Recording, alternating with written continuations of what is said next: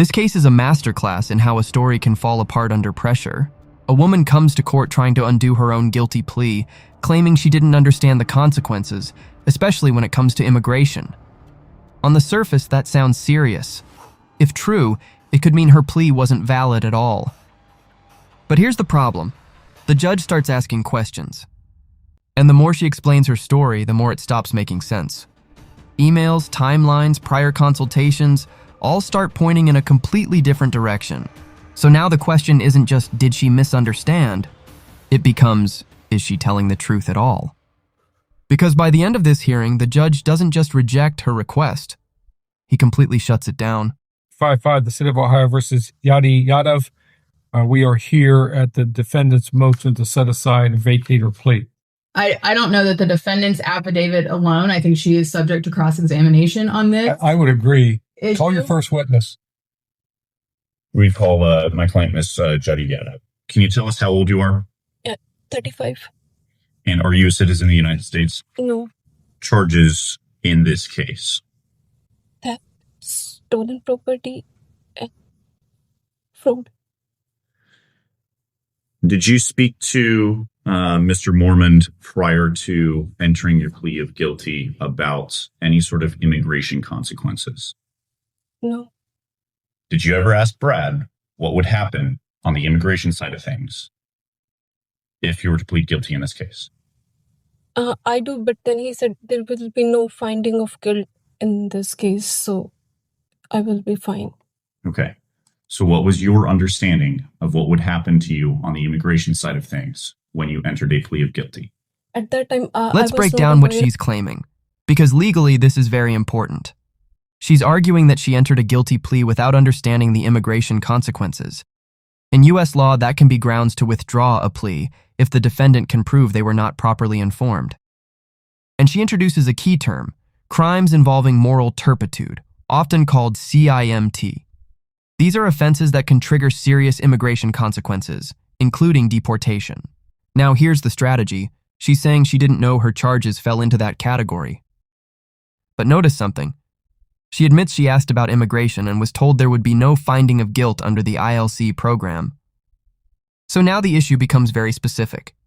Was she misled or did she misunderstand? Because in court, that distinction makes all the difference. I was not aware of my charges, so I thought it's ILC just like a informal diversion, and he said on the final record there will be no guilty finding of guilt. So the case will be dismissed and we will later expunge the case. Okay.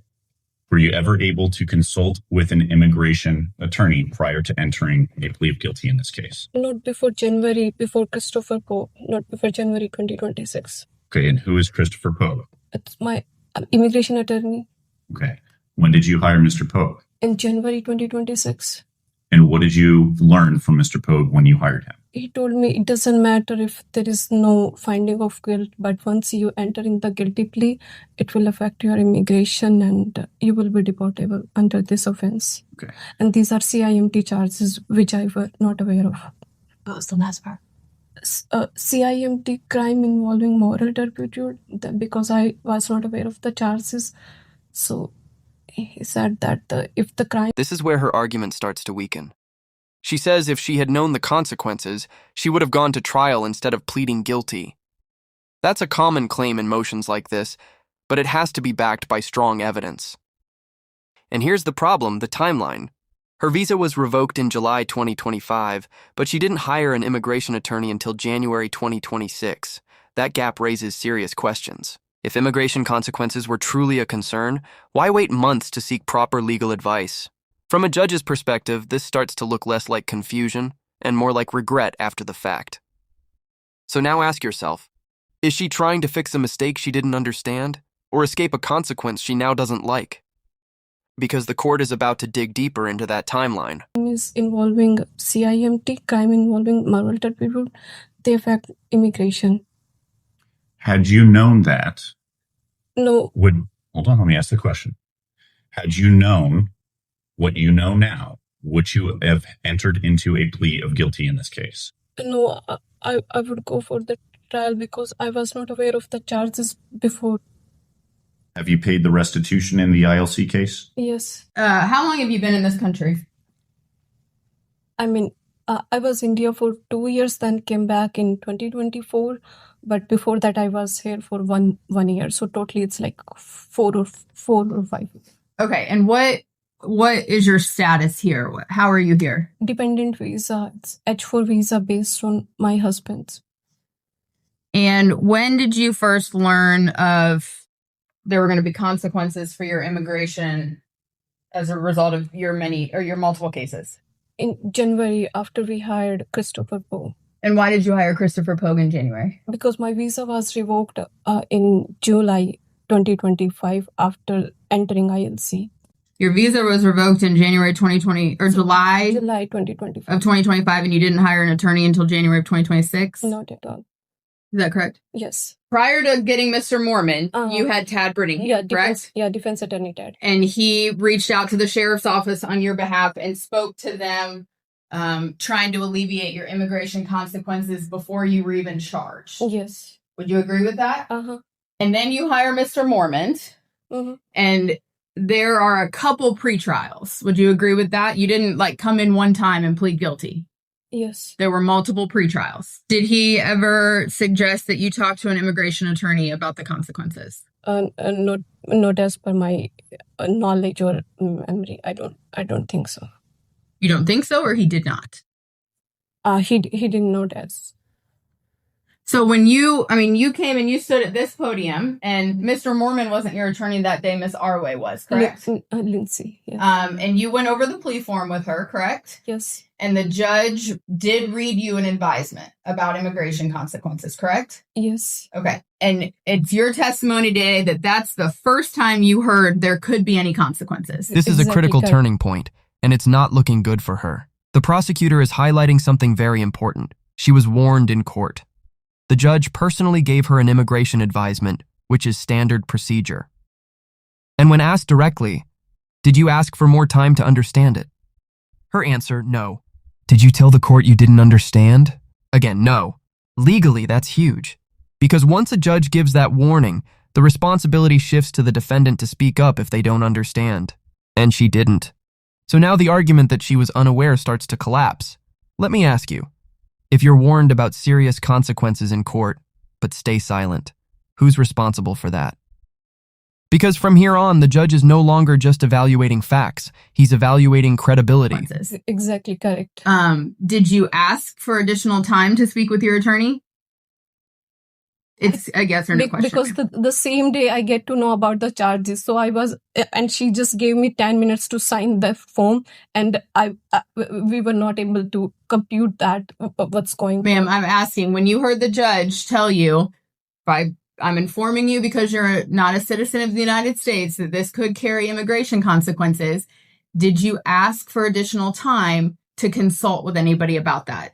No, I didn't. Did you tell the court that you had never been advised of potential immigration consequences? No, I didn't. Okay. And what's your status now? It's my visa, I-95 is valid after expiring of visa. Then I received a mail, as long as your I-95 is valid, I'm legal here as long as I don't leave the state. Okay. So until when? Until they denied my extension. I applied for extension until I get the denial letter. I'm fine. Okay. My immigration attorney. So you're continuing to check in with an immigration officer, and you're here legally as we sit here today? Yes. They just are likely not to renew your visa? I mean, I don't know. It's my immigration lawyer is just saying that as of now, the status is pending. So as long as they don't give me the final denial, I'm legal here. So you don't even know that you're going to be deported or going to be completely denied your visa extension? No, if this case doesn't resolve, then my immigration attorney told me that it's more likely I will be deported based on these charges. Again, we're again, you don't know that you will be deported, correct? Now, after January, I know I will be deported. Since my visa is revoked, so my extension will be more likely denied, and then I will be deportable. No further questions. Mr. Duncan, her understanding of the legal system obviously is very limited. And again, and I'm not faulting, most lay people don't have a clear understanding. Her description of what happened in this court is highly inaccurate. So I'm suggesting that her interpretation of what her other lawyer has told her, I'm going to hear from Mr. Mormon, but I think you need to bring in your immigration lawyer. Now the judge steps in, and you can hear the shift immediately. He's not convinced. In fact, he's openly questioning her entire version of events. He points out that this wasn't a rushed decision. There were multiple court dates, weeks between hearings, and plenty of time to think. That directly contradicts her claim that everything happened quickly and she didn't understand. And then comes another key point. He suggests bringing in the immigration lawyer. Why? Because right now her statements are vague. Maybe, likely, I think. In court, that's not enough. You need certainty, clarity, and evidence. So now the question becomes, is there actual proof she was misled, or just her own interpretation of what happened? Because without solid proof, this motion is in serious trouble. Lawyer, because she's saying likely and maybe and things like that, because just her description of what happened in my courtroom is inaccurate. So she made it sound as if it all happened at once and it was kind of forced upon her and she had no time to think, or there were months in between. The first pretrial was March 19th. Second pretrial was April 2nd. The plea wasn't until May 21st. I'm only suggesting that based upon what she's saying right now, she's not showing an actual prejudice that you might want to bring in, because it just seems she's unclear of what the consequences are going to be. It seems very speculative to me at this point. Do you have any other questions for her? Judge, I saw. No, I want to let your attorney talk for you, please. I don't have any further questions for her. Okay. Ma'am, you may step down. You can go back and join your attorney. Thank you, ma'am. And I'm happy to bring in Mr. Pogue for that, and I apologize. But do you disagree with, you may have a seat. Thank you. Do you disagree with what I'm saying? It's because right now she still seems like she's, number one, she's very unclear about what happened in my courtroom. My notes are very accurate, and it matches what says on the docket as far as the number of times that she was here before me and the length of time between these hearings. This wasn't this wasn't just a few minutes. She comes into court one time and if someone's sliding a piece of paper in front of her and telling her to sign it, that's inaccurate. So, Mr. Duncan, I'm now very confused. Is it your contention that because her criminal lawyer did not give her advice with regard to immigration, that is ineffective assistance of counsel? Is that your contention?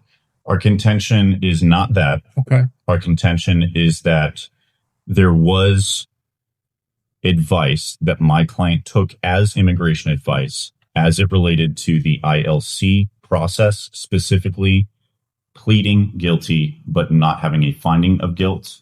Well, yeah, Mr. Mormon clearly and accurately explained on this witness stand the ILC process. I mean, I would agree with what he said. It's accurate.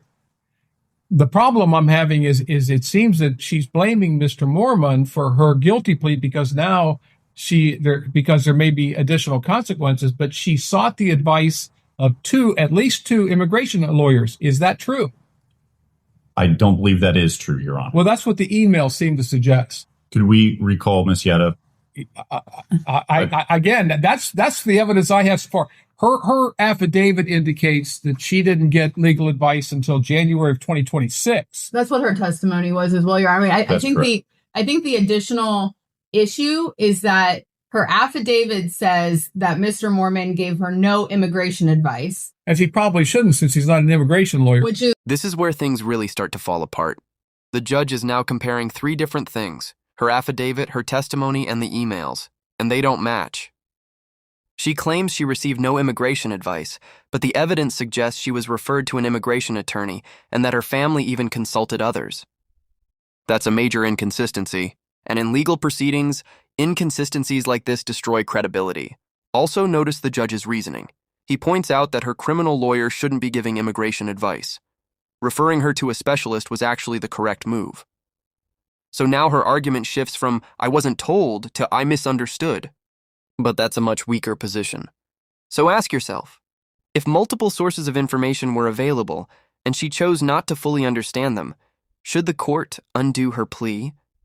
Because at this point, the judge is clearly not buying it. It's also what he testified, that he referred her to an immigration attorney. The emails indicate that there were numerous immigration attorneys consulted. Her affidavit says he gave her no advice, accurately explained ILC that there would not be a finding of guilt, which is accurate, not in an immigration context, but in an ILC context. And so I think her testimony is slightly different than the affidavit, is different than the emails. Well, let's give her an opportunity to explain some of this, because I am thoroughly confused as far as what her allegation actually is, especially against Mr. Mormon, because he indicated he's not an immigration lawyer. He indicated that he did not give her immigration advice, but instead referred her to an immigration lawyer that he used, that apparently her and her husband spoke to, and then got additional advice from a second immigration attorney. And again, I'm not sure what it is you're claiming, what was ineffective about Mr. Mormon's legal advice. I mean, wouldn't you expect someone who doesn't do immigration work to refer them to an immigration lawyer, which he did, and they spoke to him? Call her and see if you can straighten this out for me, please. It says on there, we talked to another immigration attorney. That is, you're referring to an immigration attorney other than Mr. Bill Abdallah. Is that correct? No, could be. Did you speak to another immigration attorney other than Bill Abdallah? No, honestly, I didn't spoke to even Bill too, because we called Bill and he said, I talked to the bread. I would not take your case and I have nothing to advise you as of now. So did you ever speak to Bill Abdallah yourself? Never. Brad explained the ILC process to you, and he mentioned a plea of guilty but no finding of guilt. Did you accept that as immigration advice? Of course, because I thought there would be no final guilt, so I would be fine. That's what happened in the Mason case too. We entered in the guilty plea knowing that it will be dismissed with the same thing. No further questions, Your Honor. I'm going to read this email and I want you to tell me if I'm reading it wrong, okay? Hi, Brad. And this is from your husband. You're copied on it, correct? Okay. Hi, Brad. We talked to another immigration attorney who agreed with Bill's advice. Is that what it says? Yes. Okay. So you knew what Bill's advice was. We didn't talk to the Bill. I'm asking if you knew what Bill's advice was. No. So how could another immigration attorney have agreed with Bill's advice if you didn't know what the advice was? Bill's advice was that as of now, we cannot take your case. So you should discuss with your defense attorney if there is any way out or something like that. So you then talked to a second immigration attorney who, I mean, that's not really advice. But you spoke to another immigration attorney who said, yeah, we don't. Because as long as they don't have the charges, they ask about the charges. We said it's a felony charge. So they said as of now we thought it's we have nothing to say. Ask your defense attorney to talk to us. And did you ask Brad to talk to your immigration attorney? We didn't hire it then. It was just a free consultation first. Okay, and you said you knew nothing about the facts until when?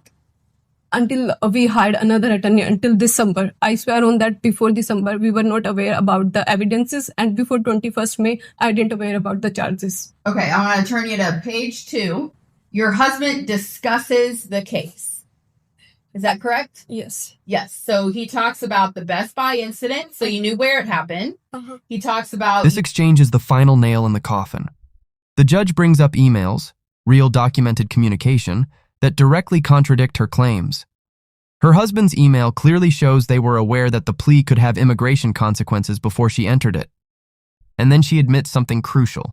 She knew the charges. She just didn't know they were classified as crimes of moral turpitude.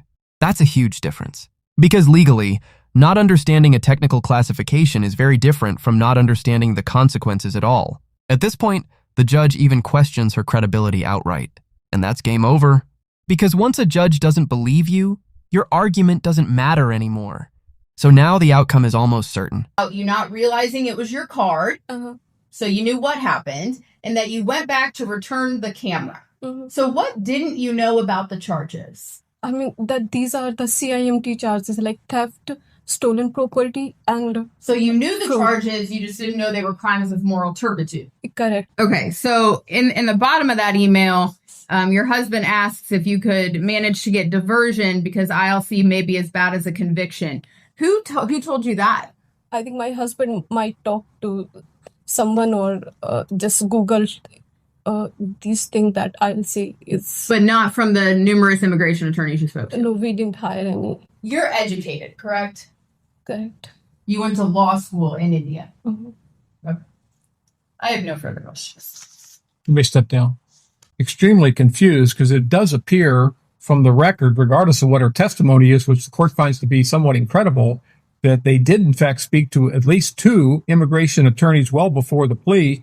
In fact, he even indicates, her husband indicates, who has not been called as a witness, but he indicates that they understood that ILC may be as bad as a conviction for immigration purposes. So they understood that back in, that's March 18th of 2025, a couple months before the actual plea. She may be unhappy with the results, but it appears as though that at the... And just like that, the motion is denied. The judge makes it clear. This isn't a case of someone being misled. This is a case of someone who had time, resources, and multiple opportunities to understand the consequences, but is now trying to undo the outcome. The court found that she was aware, at least generally, of the risks involved. And that's enough. In the legal system, you don't get to take back a guilty plea just because the consequences turn out to be worse than expected. This case highlights a powerful lesson. Understanding your decisions in court isn't optional, it's critical.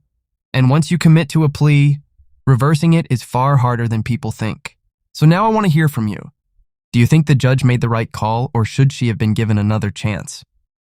If you found this case as intense as we did, make sure to hit that like button, share your thoughts in the comments, and don't forget to subscribe for more powerful courtroom breakdowns. Time of the plea in May of 2025, that she was aware that the plea, the ILC, could have adverse effect on her immigration status. The court will issue a written decision, but the motion is going to be denied. Anything else, folks? No, Your Honor. Thank you. All right, that's all.